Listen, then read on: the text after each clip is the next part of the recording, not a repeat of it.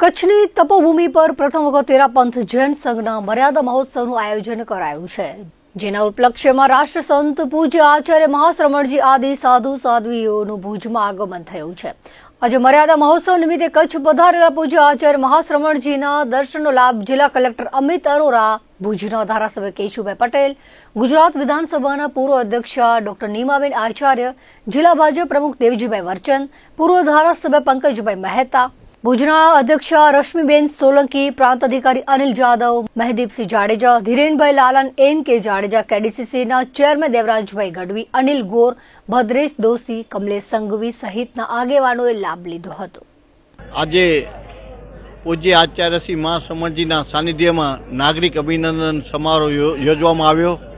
તેમાં કલેક્ટર સાહેબ અમિતભાઈ અરોડા, ધારાસભ્ય શ્રી ભુજ વિધાનસભાના ધારાસભ્ય શ્રી કેશુભાઈ પટેલ, નગર અધ્યક્ષા રશ્મિબેન સોલંકી, પૂર્વ સ્પીકર નીમાબેન આચાર્ય, પૂર્વ ધારાસભ્ય પંકજભાઈ મહેતા, અનેક એસોસિએશનના પ્રમુખો, કચ્છ ચેમ્બર ઓફ પ્રમુખ અનિલભાઈ જાણી વગેરે હાજર રહ્યા હતા।